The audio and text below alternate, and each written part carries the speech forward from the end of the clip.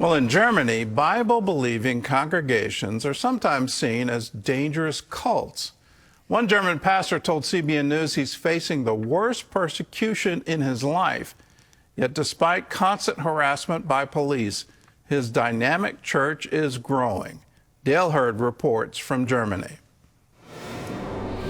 Poisoned land, government opposition, and even a police assault against the pastor have not prevented this German church from becoming the largest in the city of Duisburg. The church is called Vera Forum. Vera means belief.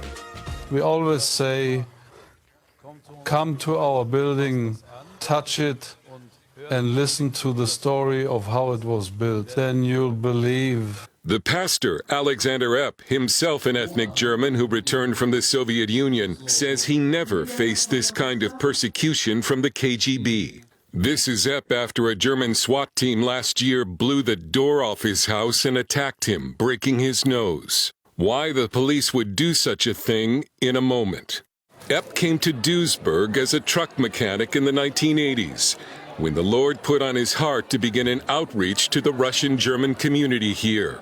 The church outgrew its old building and finally found land for a new one, except they couldn't get a permit to build a church or get a bank loan, and the soil at the building site was found to be contaminated. We had an expert assessment done, and the assessment showed that we'd have to invest a lot of money to remove all this soil here. Instead of giving up, they decided to pray. And then we stood together with the whole congregation. We held each other's hands, prayed together, God, heal the soil. And then we called in another company.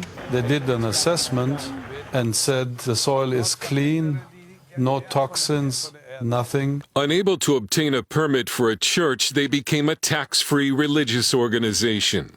Without a bank loan, they built the structure themselves. Vera Forum and its 4 satellite churches are now attended by more than 1,000 people. Their services are in Russian and German. Sundays are an all-day event, with church members staying to eat a meal together and fellowship. Since only about 5% of Germans attend church, a successful church here can raise suspicions that it's a cult, using psychological pressure, forcing people to attend. Vera Forum's media department even produced a video explaining to Germans that the church is not a cult. Their website states the church leadership is transparent and accountable, and no one is forced to attend. However, last summer, the police used a former attendee's false claim that the pastor possessed an illegal firearm to launch an early morning raid on the church and on his home. I heard this bang when they blew the door. 80 to 100 masked officers stormed the house, pointing machine guns at him. I thought they were criminals. When I was beaten and thrown to the ground, I thought they were robbers trying to rob my house. I never thought they were the police. Because of that, Pastor Epp tried to defend himself, and that's when a police officer punched him in the face, breaking his nose and leaving his right eye with internal bleeding.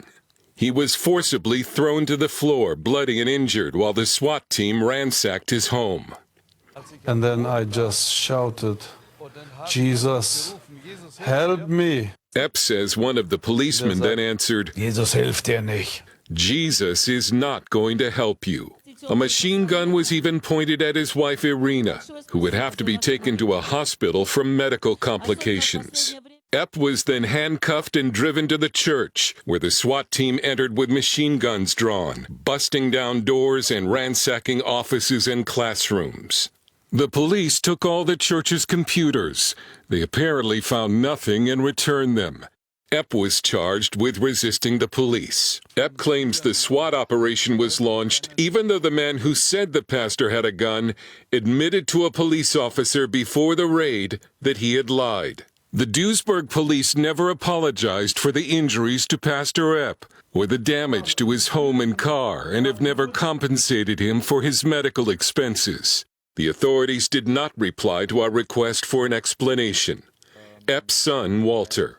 It seems now like a big project just to intimidate us, because we are maybe the biggest church here in Duisburg and the fastest growing. Epp, who lived most of his life in the Soviet Union, calls it the worst persecution he's ever experienced. However, God would turn it all for good. News of the police raid has caused even more people to discover the church and start attending. Epp says all of the trouble and obstacles the church has overcome have only increased their faith. We always had problems, and I kept asking myself, God, why? But I think it was all part of God's plan, that we'd be under pressure and that we wouldn't rely on ourselves, but on Him. Dale Hurd, CBN News, in Duisburg, Germany. And that's a lesson for us all as the persecution of Christians is ramping up worldwide. We're seeing it in incredible levels around the world. And it's not just the Middle East, it's not just China, it's not just India. But what you just saw is a state action against a pastor based on false charges. But here they come in with 100 men. It's looking for one firearm. Are you out of your mind?